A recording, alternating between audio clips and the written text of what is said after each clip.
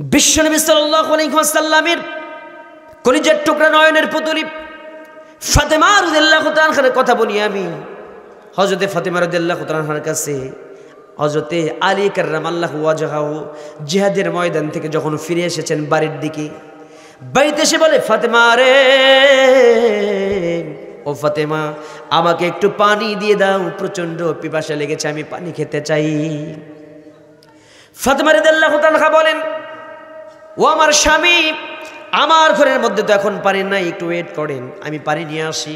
পানি আনার জন্য ঘর থেকে যখন বের হয়ে গেলেন, ঘর থেকে বের হয়ে যাওয়ার পরে পানি আনতে একটু দেরি হয়েছে। আনতে গিয়ে ক্লান্ত শ্রান্ত দেহ নিয়ে হযরত আলী বিছানার মধ্যে সুন্দর করে ঘুমিয়ে গেছে। হযরত আলী যখন ঘুমিয়ে গেলেন, স্বামী ঘুমিয়ে গেছে, মাথার কাছে শিওরের কাছে এক গ্লাস পানি নিয়ে দাঁড়িয়ে আছে। আমার স্বামী আলী যদি ঘুম থেকে জাগ্রত হয়ে যায়, আমাকে যদি সুন্দর করে বলে পানির জন্য, আর আমি যদি পানি দিতে না পারি, আমিও যদি ঘুমিয়ে যাই, তাহলে আলী যখন আমার স্বামী ঘুমিয়ে ঘুম থেকে উঠবে, পানি দিতে পারবো না, কষ্ট পেয়ে যাবে।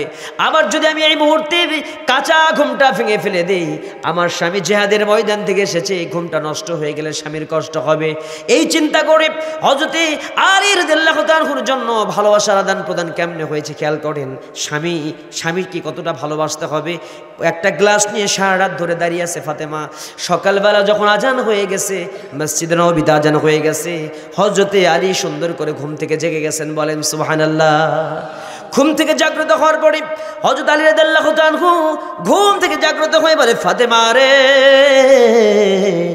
ও ফাতেমা, তুমি এত রাত পর্যন্ত দাঁড়িয়ে আছো, সারা রাত তুমি দাঁড়িয়েছিলে, এত কষ্ট করার প্রয়োজন কি? হযরত আলী রাদিয়াল্লাহু তাআলাকে ফাতেমা বলেন, প্রাণের স্বামী গো, আপনাকে পানি খাওয়ানোর জন্য আমি গ্লাস নিয়ে দাঁড়িয়ে আছি, আপনি প্রাণ ভরে পানি খান। সুন্দর করে পানি খেলেন, ভালোবাসার আদান প্রদান হলো। হযরত আলী রাসূলের পেছনে নামাজ পড়তে চলে গেছেন মসজিদে নববীতে। হযরত ফাতেমা বাড়িতে নামাজ পড়েছেন, নামাজ কমপ্লিট হয়ে গেল। আল্লাহর নবী বলেন, আলী নামাজ শেষ হওয়ার পরে আলীকে বলছেন, আলী রে, আমার সঙ্গে তুমি দেখা করে যেও, আগে ভাগেই তুমি চলে যেও না। হযরত আলী রাদিয়াল্লাহু তাআলা থরথর করে কাঁপতেছেন। নামাজ শেষ করে যখন চুপটি করে বসেছেন, বসার পর রাসূল সাল্লাল্লাহু আলাইহি ওয়াসাল্লামের সামনে যখন জড়সড় হয়ে গেছেন, শরীর যখন হযরত আলী বুঝতে পেরেছেন রাসূল আমাকে ডেকেছেন, হয়তো গতকালকে জিবরাইল আমিন সব কিছু বলে দিয়ে গেছেন। রাত্রিতে হযরতে আলীর সঙ্গে ফাতেমার যে ভালোবাসার আদান প্রদান হয়েছে, গত রাত্রিতে একটু কষ্টের ব্যাপারও দাঁড়িয়ে গেছে। হযরতে ফাতেমা সারা রাত দাঁড়িয়েছিলেন আলীকে পানি খাওয়ানোর জন্য। আর রাসূল জানিয়ে দিয়েছেন, রাসূল জানিয়ে দিয়েছেন, এই পৃথিবীর জমিনে ফাতেমাকে যেই ব্যক্তি কষ্ট দেবে, ওই ফাতেমার কষ্ট যেন আমার রাসূলের কষ্ট, রাসূলকে সেই ব্যক্তি কষ্ট দিয়েছে। হযরত আলী রাদিয়াল্লাহু তাআলা বুঝতে পারলেন। বুঝার পরে রাসূল সাল্লাল্লাহু আলাইহি ওয়াসাল্লাম রাসূলকে বলছেন, ইয়া রাসূলুল্লাহ, আপনার সন্তান কলিজার টুকরা নয়নের পুতুলি ফাতেমা, তাকে তো আমি গত রাত্রিতে দাঁড়িয়ে থাকতে বলিনি। রাসূল বলছেন, আলী রে, আমি বুঝতে পেরেছি তুমি কি বলবা।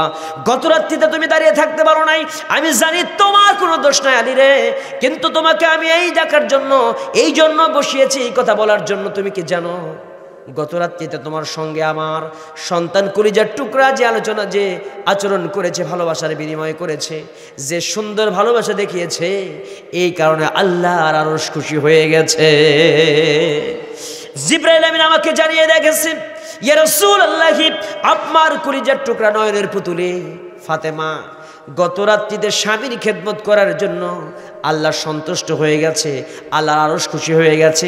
জান্নাতের মহিলাদের সর্দারিনী হিসেবে আল্লাহ রব্বুল আলামিন ঘোষণা করে দিয়েছে,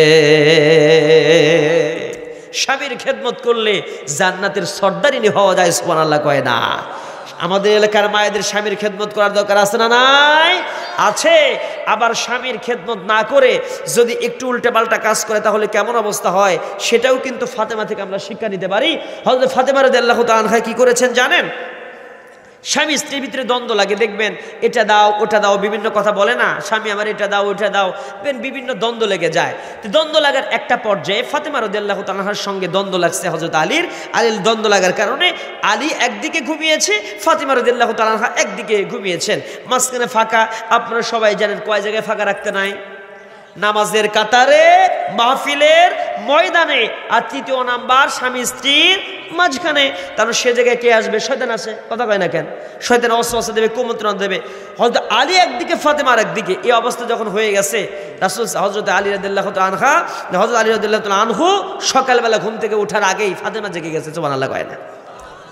ফাতেমা ঘুম থেকে জাগলেন, দরজার সামনে হাতটা দিলেন, হাতটা দিয়ে বলতেছেন প্রাণের স্বামী ঘর থেকে বের হবেন না। হাতটা তুলে বলতেছেন, স্বামী গো, আই এম এক্সট্রিমলি সরি, আমার ভুল হয়ে গেছে। গত রাত্রিতে আপনার সঙ্গে যে বেয়াদবি করেছি, আমার ভুল হয়ে গেছে, আপনি আমারে মাফ করে দেন। দুজনের যখন সমঝোতা হয়ে গেছে, ভালোবাসার আদান প্রদান হয়েছে, হযরত আলী রাদিয়াল্লাহু আনহু নামাজে চলে গেছেন। ফাতেমা ঘর থেকে বের হয়ে বাবার কাছে সকাল সকাল চলে গেছে। বাবাকে বলছে, বাব্বা যান, রাসূলুল্লাহ সাল্লাল্লাহু আলাইহি ওয়াসাল্লাম গত রাত্রিতে আমার স্বামীর সঙ্গে আমাদের একটু বাকবিতণ্ডা হয়েছিল, আলীর সঙ্গে বাকবিতণ্ডা হয়েছে। এই কথা বলার সঙ্গে সঙ্গে হযরত রাসূলের মুখটা যখন কেমন যেন কুৎসিত বর্ণ হয়ে গেল, মনটা একটু খারাপ হয়ে গেল। আবার রাসূল সাল্লাল্লাহু আলাইহি ওয়াসাল্লাম কিছুক্ষণ পরে বলছে, ইয়া রাসূলুল্লাহ, আব্বা যান, আমি আবার সকালবেলা ঘুম থেকে উঠে আমার স্বামীর কাছে মাফ নিয়ে নিয়েছি, আমাদের ভিতরে সমঝোতা হয়েছে। বলেন সুবহানাল্লাহ। হযরত রাসূল সাল্লাল্লাহু আলাইহি ওয়াসাল্লাম হাস্যোজ্জ্বল চেহারা নিয়ে বললেন, মা তুমি ঠিক কাজটাই করেছো। এই সময় হযরত ফাতেমা জিজ্ঞেস করলেন, আব্বা যান, কিছুক্ষণ আপনার মনটা একটু দেখলাম খারাপ, আবার একটু পরেই দেখলাম মনটা ভালো, কারণ কি? বলে, মা রে, গতকাল রাত্রিতে স্বামীর সঙ্গে যতক্ষণ কথা বলো নাই, এতক্ষণ কথা না বলার কারণে এই সময় যে তোমার মৃত্যু হয়ে যেত, আর স্বামীকে কষ্ট দেওয়ার কারণে ওই কষ্ট অবস্থায় যদি তোমার মৃত্যু হয়ে যেত, তাহলে আমি রাসূল তোমার জানাজা নামাজ পড়াতাম না।